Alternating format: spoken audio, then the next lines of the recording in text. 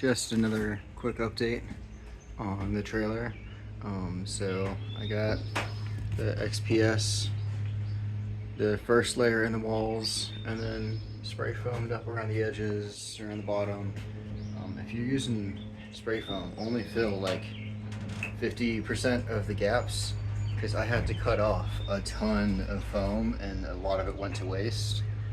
So yeah, if you're ever using spray foam, definitely don't overfill it, because that stuff expands like crazy.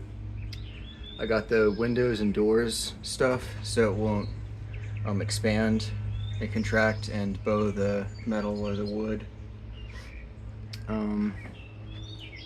Right now I'm just using scrap pieces to figure out how to keep the roof higher in the middle, so that way water drains well. Don't want any standing water just sitting around. And then I'm using some longer scrap pieces to create wedges. I don't know if the lighting's good enough, if you can see the wedge up there. And then after I put in the wedges, putting in these boards, and I'm making them slightly too big on the edges, like these edges right here. So that way they squeeze in there and kind of fold along this line that's cut, it's pre-cut. That way I don't have to use like a ton of adhesive or tape or whatever to hold it in place. It pretty much holds itself in place. I'm still gonna use some adhesive and tape, whatever. And there's a few things that I know I need to fix that I did wrong that I showed in the previous video. Like, these screws aren't really biting into anything, and I started to cut them off and then they started wiggling too much.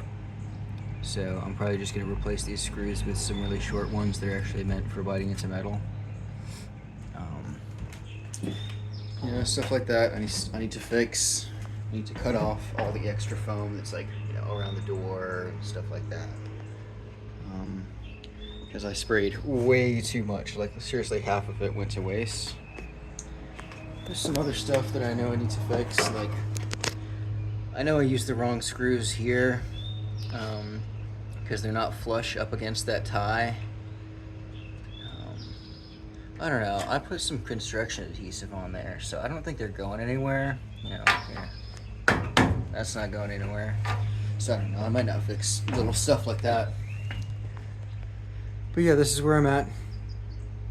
I'll let you guys know when the ceiling is in,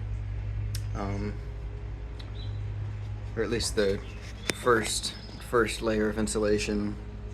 And then the second layer around the windows is only going to be 1/2 inch thick to match the thickness of the wall that the windows want to bite down on. So there's going to be a little area around here that's just a 1/2 inch on top of this 1 inch. And then all the rest of it is going to be a full inch on top of this inch. So it'll be 2 inches in the ceiling and the walls and the floors. Might do 3 inches in the floors. Not really sure if that is worth the money and the weight. I'll have to figure that out and do a little research on like how that stuff works. Oh yeah, and I got the other vent here where I need to fix these screws, do something with that. But yeah, this is where I'm at. See you next time.